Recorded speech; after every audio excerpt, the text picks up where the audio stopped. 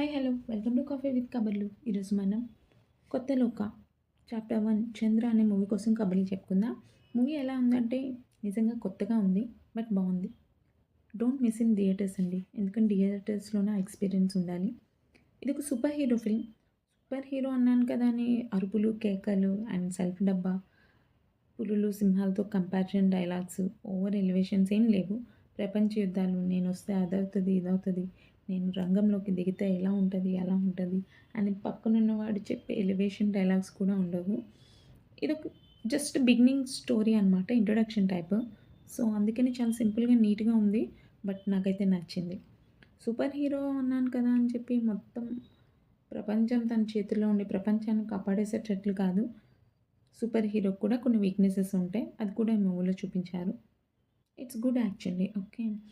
And hero of the film Chandra, అదే నీలాగా కళ్యాణి ప్రియదర్శి ఎలా యాక్ట్ చేశారని అంటే, తన యాక్టింగ్ తగ్గ రోల్ అని అనిపించింది. పెద్దగా ఎక్స్‌ప్రెస్ చేయక్కర్లేదు, సెటిల్‌గా ఉండాలి. సో ఈ క్యారెక్టర్ తనకు సూట్ అయింది. ఇంకా మూవీ విషయానికొస్తే ఒక సస్పెన్స్ మెయింటైన్ చేస్తూనే ఫన్ యాడ్ చేస్తుంటారు. ఫన్ యాడ్ చేయడానికి మన నస్లీన్ అండ్ వాళ్ళ ఫ్రెండ్స్ గ్రూప్ ఉంటారు. సో వాళ్ళ వల్ల మనకి ఆ కామెడీ జనరేట్ అవుతూ ఉంటుంది. అండ్ ఇంట్రెస్టింగ్ క్యారెక్టర్స్ చాలా ఉంటాయి. లైక్ ఒక పోలీస్ క్యారెక్టర్ ఉంటుంది. సో ఇంట్రెస్టింగ్‌గా ఉంటుంది ఆ క్యారెక్టర్. నెక్స్ట్ ఏం జరుగుతుందని క్యూరియాసిటీ అలానే ఉంటూ ఉంటుంది. And origin of super hero ఆ బ్యాక్ స్టోరీ ఉంటుంది కదా!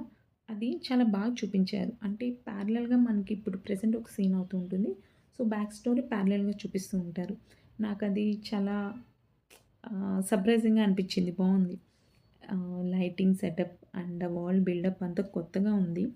యాక్చువల్లీ చెప్పాలి అనంటే ఆ వరల్డ్ ఏం పెద్దగా ఏముండదు. పెద్ద భారీ సెట్ ఏం కాదు. సూపర్ హీరో ఫిల్మ్ కదా అని. ఒక చిన్న వీధి, అందులో 2 బిల్డింగ్స్ ఉంటాయి.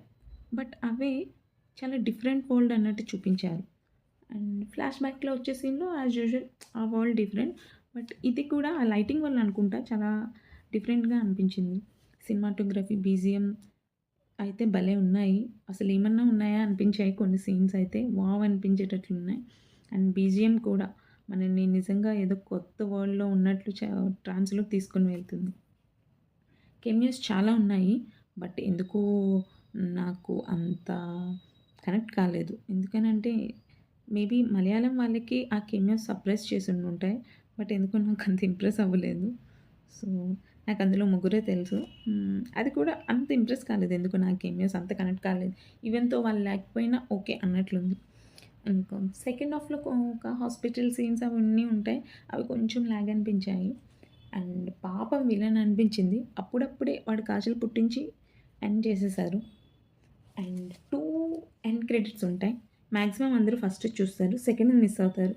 So wait for the second end credits కూడా. ఓకే. అండ్ ఈ ఇదొక యూనివర్స్‌లో ఫస్ట్ పార్ట్ అన్నట్టు ఇంకా ఇలాంటివి చాలా పార్ట్స్ వస్తాయి. Hoping for the universe movies. So next time అవుతుందని నాకు ఇంట్రెస్టింగ్‌గా ఉంది. సో నెక్స్ట్ టైం మరో మూవీ కబుర్లతో మళ్ళీ కలుద్దాం. అంతవరకు ఉంటాను. Take care. Tata. And please like, share and subscribe to my channel.